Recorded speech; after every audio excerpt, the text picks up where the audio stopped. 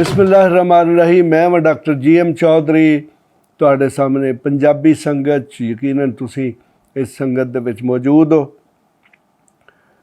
ਮੈਨੂੰ ਕੁਝ ਲੋਕਾਂ ਕਿਹਾ ਜੀ ਕਿ ਤੁਸੀਂ ਪੰਜਾਬੀ ਦੇ ਵਿੱਚ ਉਰਦੂ ਅੰਗਰੇਜ਼ੀ ਬੋਲਦੇ ਹੋ, ਤੇ ਜਨਾਬ ਯਕੀਨਨ ਇਹਦੇ 'ਚ ਕੋਈ ਸ਼ੱਕ ਨਹੀਂ।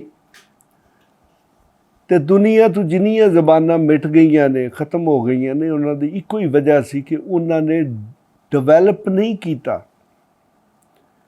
ਅੱਗੇ ਨਹੀਂ ਵਧੀਆਂ। अगर अज की तुसी अंग्रेज़ी जबान नूं वेखोगे तो ये दुनिया दीयां सारियां जबानां दे लफ्ज़ ने, और किसी भी अच्छी जबान की यही खूबी है कि वो जैसे जैसे एक्सपैंड करे, जैसे जैसे ग्रो करे, तो जितनियां होर जबानां दे उन्हां दे अल्फाज नूं अपने अंदर लै आए, और उसका नतीजा निकलेगा कि वो ज़बान फिर बहुत ज़्यादा फले फूलेगी। तो मैं इसे करके अंग्रेज़ी, उर्दू या जिहड़े भी मैनूं कोई मज़ीद लफ्ज़ आउंदे ने ते जिथे वो फिट आउंदे ने, मैं उन्हां नूं शामिल कर देना। एक मुहावरा है, वो कहंदे ने जी कि अंग्रेज़ी दी दी ते पंजाबी दा दा, जिथे ही लगदा उत्थे ही ला। अंग्रेज़ी दी दी ते पंजाबी दा दा, जिथे लगदा ही उत्थे ही ला।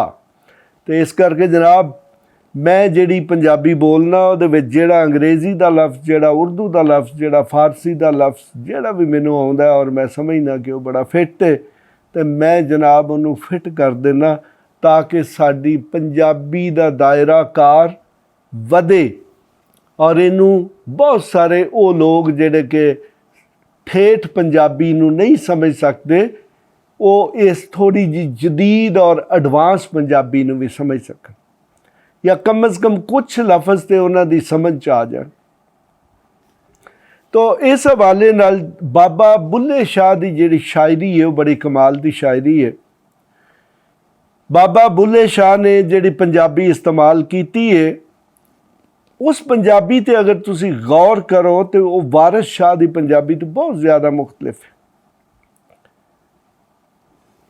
और यही वजह कि हालांकि बाबा बुल्ले शाह और वारिस शाह का ज़माना तकरीबन एक सी, लेकिन वारिस शाह ने जिहड़ी पंजाबी इस्तेमाल की वो ठेठ देहाती पंजाबी है। और उस पंजाबी नूं जदों असीं पढ़ने या समझण की कोशिश करने तो सानूं काफ़ी सारे मसले बनते, जबकि उहदे बरक्स जदों असीं बाबा बुल्ले शाह की पंजाबी नूं पढ़ने तो सानूं कोई प्रॉब्लम नहीं हुंदी, और इंज ही लगदा कि जिहड़ी अज असीं पंजाबी बोल रहे हैं बाबे बुल्ले शाह ने उही पंजाबी लिखी। और यही वजह है कि बाबे बुल्ले शाह दियाँ काफ़ियाँ जिहड़ियां ने उन्हां नूं लोग बड़े मज़े लै लै के पढ़ते और सुनते। तो जनाब अज बाबे बुल्ले शाह की एक जिहड़ी बड़ी मशहूर काफ़ी है, मैं वो तुहानूं सुणावांगा अपने अंदाज नाल। ते जनाब ये काफ़ी जिहड़ी है इहदा अनवान है एक नुक्ते विच गल मुकदी है। देखो जी, बाबा जी ने बड़ा कमाल दा तसव्वुर पेश किया है कि एक नुक्ते विच गल मुकदी है। देखेंगे वो कहते हैं जी कि महरम से मुजरम सिर्फ एक नुक्ते से ही बन जाता है। तो इसी तरह बाबा जी ने भी ये कहा कि एक नुक्ते विच गल मुकदी। देखो कि अगे बाबा जी ने फिर किहड़ियां किहड़ियां गल्लां मुकाईयां ने, तुसीं यकीनन तुहानूं बड़ा मज़ा आएगा। तो बाबा जी कहते हैं कि एक नुक्ते विच गल मुकदी है, फड़ नुक्ता छोड़ हसाबां नूं, कर दूर कुफर दियां बाबां नूं, ला दोज़ख गोर अज़ाबां नूं, कर साफ दिले दियां ख्वाबां नूं, गल इसे घर विच टुकदी है, एक नुक्ते विच गल मुकदी है।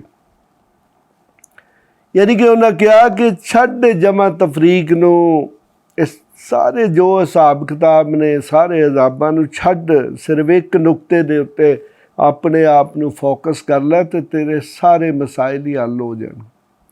जनाब अगला शेर है,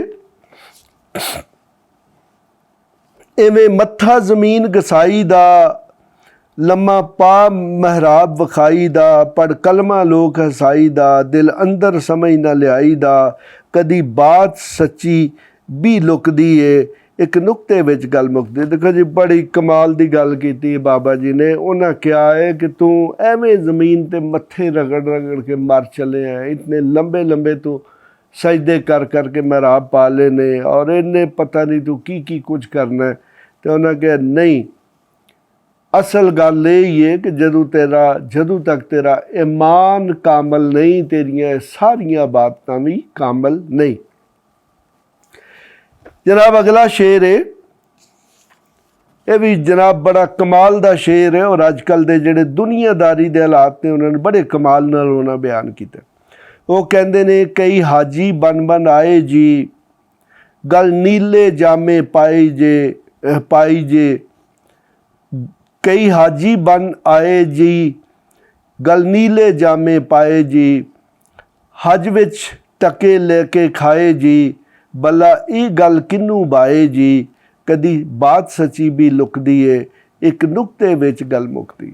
ਯਾਨੀ ਕਿ ਉਹਨਾਂ ਕਿਹਾ ਕਿ ਬਹੁਤ ਸਾਰੇ ਲੋਕ ਨੇ ਕਿ ਬਹੁਤ ਸਾਰੇ ਨੇ ਜਿਹੜੇ ਕਿ ਹਜ ਕਰਨ ਜਾਂਦੇ ਨੇ ਔਰ ਆ ਕੇ ਫਿਰ ਆਪਣੇ ਆਪ ਨੂੰ ਹਾਜੀ ਕਹਾਉਂਦੇ ਨੇ। ਇਸੇ ਤਰ੍ਹਾਂ ਬਹੁਤ ਸਾਰੇ ਲੋਕ ਨੇ ਜਿਨ੍ਹਾਂ ਬੜੇ ਬੜੇ ਖੂਬਸੂਰਤ ਕਿਸਮ ਦੇ ਲਿਬਾਸ ਪਾਏ ਨੇ, ਔਰ ਇਸੇ ਤਰ੍ਹਾਂ ਬਹੁਤ ਸਾਰੇ ਨੇ ਜਿਹੜੇ ਹਜ ਦੇ ਨਾਂ 'ਤੇ ਲੋਕਾਂ ਕੋਲ ਪੈਸੇ ਲੈ ਕੇ ਖਾ ਜਾਂਦੇ ਨੇ। ਅਤੇ ਉਹ ਕਹਿੰਦੇ ਨੇ ਜਨਾਬ ਇਹਨਾਂ ਨਾਲ ਕੰਮ ਨਹੀਂ ਚੱਲਣਾ, ਗੱਲ ਸਾਰੀ ਇੱਕੋ ਨੁਕਤੇ ਵਿੱਚ ਹੀ ਮੁੱਕਦੀ ਹੈ, ਯਾਨੀ ਕਿ ਅੱਲਾ 'ਤੇ ਕਾਮਲ ਈਮਾਨ। ਜਨਾਬ ਅਗਲਾ ਸ਼ੇਰ ਹੈ, ਇੱਕ ਜੰਗਲ ਬਹਿਰੀ ਜਾਂਦੀ ਨੀ, ਇੱਕ ਜੰਗਲ ਬਹਿਰੀ ਜਾਂਦੀ ਨੀ, ਇੱਕ ਦਾਣਾ ਰੋਜ਼ੇ ਖਾਂਦੇ ਨੀ, ਬੇਸਮਝ ਵਜੂਦ ਥਕਾਉਂਦੇ ਨੀ, ਗਰ ਹੋਵਨ ਹੋ ਕੇ ਮੰਨਦੇ ਨੀ, ਐਵੇਂ ਚਿੱਲਿਆਂ ਵਿੱਚ ਜਿੰਦ ਮੁੱਕਦੀ ਏ, ਇੱਕ ਨੁਕਤੇ ਵਿੱਚ ਗੱਲ ਮੁੱਕਦੀ ਏ। ਜਨਾਬ ਬਾਬਾ ਜੀ ਨੇ ਬੜੇ ਤਸੱਵੁਫ ਦੇ ਹਵਾਲੇ ਨਾਲ ਬੜੀ ਗਹਿਰੀ ਗੱਲ ਕੀਤੀ। ਉਹਨੇ ਕਿਹਾ ਜੀ ਬਹੁਤ ਸਾਰੇ ਲੋਕ ਜੰਗਲਾਂ ਅਤੇ ਦਰਿਆਵਾਂ ਦੇ ਵਿੱਚ ਨਿਕਲ ਜਾਂਦੇ ਨੇ, ਉੱਥੇ ਜਾ ਕੇ ਰੋਜ਼ੇ ਰੱਖਦੇ ਨੇ, ਉੱਥੇ ਜਾ ਕੇ ਚਿੱਲੇ ਕੱਟਦੇ ਨੇ, ਆਪਣੇ ਵਜੂਦ ਨੂੰ ਥਕਾਉਂਦੇ ਨੇ, ਅਤੇ ਉਹ ਕਹਿੰਦੇ ਨੇ ਇਹਨਾਂ ਸਾਰੀਆਂ ਗੱਲਾਂ ਨੂੰ ਛੱਡੋ, ਔਰ ਆਖਰੀ ਗੱਲ ਇਹ ਹੀ ਹੈ ਕਿ ਤੁਸੀਂ ਇੱਕ ਜਿਹੜਾ ਅੱਲਾਹ ਤਾਲਾ ਹੈ ਉਹਦੇ ਨਾਲ ਲਾ ਲਓ, ਉਹਦੇ ਨਾਲ ਪਿਆਰ ਅਤੇ ਮੁਹੱਬਤ ਕਰ ਲਓ, ਅਤੇ ਸਾਰੇ ਮਸਾਇਲ ਮੁੱਕ ਜਾਣ। ਆਖਰੀ ਸ਼ੇਰ ਹੈ, ਫੜ ਮੁਰਸ਼ਦ ਅਬਦ ਖਦਾਈ ਹੂ, ਫੜ ਮੁਰਸ਼ਦ ਅਬਦ ਖਦਾਈ ਹੂ, ਵਿੱਚ ਮਸਤੀ ਬੇਪਰਵਾਹੀ ਹੂ, ਬੇਖਾਹਿਸ਼ ਬੇਨਵਾਈ ਹੂ, ਵਿੱਚ ਦਿਲ ਦੇ ਖੂਬ ਸਫਾਈ ਹੋ, ਬੁੱਲਾ ਬਾਤ ਸੱਚੀ ਕਦੋਂ ਰੁਕਦੀ ਏ, ਇੱਕ ਨੁਕਤੇ ਵਿੱਚ ਗੱਲ ਮੁੱਕਦੀ ਏ।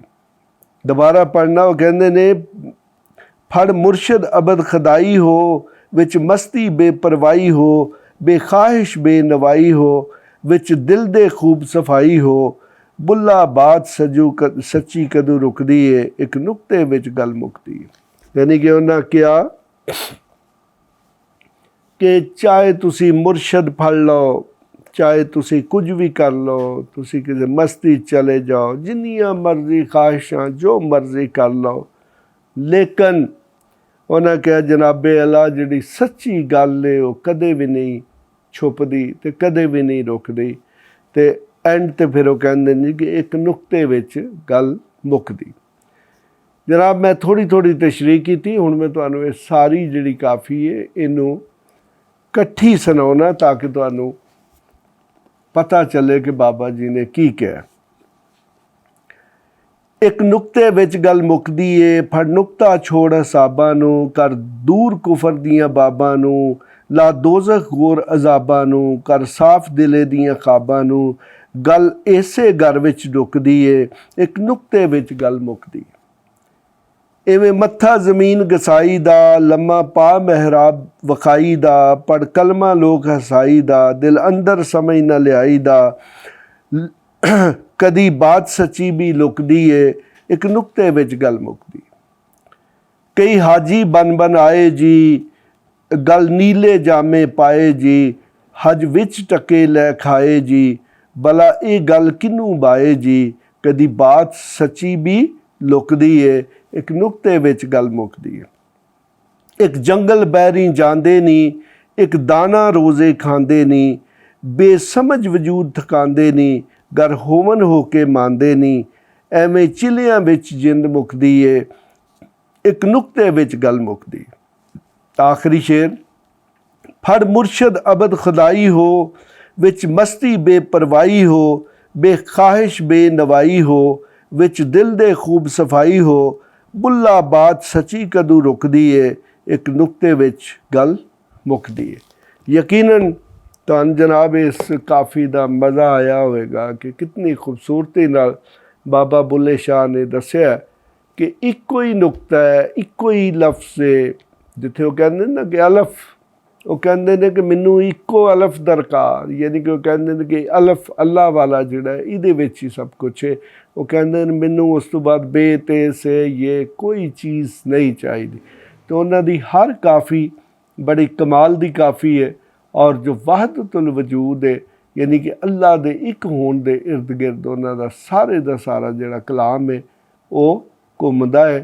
तो इंसानां नूं दसदे ने कि जिन्ने गैर ज़रूरी सहारे ने उन्होंने ख़त्म कर दे और सिर्फ एक ही अल्लाह जिहड़ा उहदे ते ईमान लियाओ तो उहदी ही इबादत करो और उहदे कोलों ही सारियां चीज़ां मंगो। इस दे नाल ही मैं इजाज़त चाहांगा। खुदा हाफिज़। इस तरह दियां होर वीडियोस लई इस चैनल नूं सबसक्राइब करो अते जेकर तुहाडे कोई सवाल हन तां सानू कमेंट विच पुछो अते इस वीडियो नूं अपने दोस्तां अते यारां नाल शेयर करो।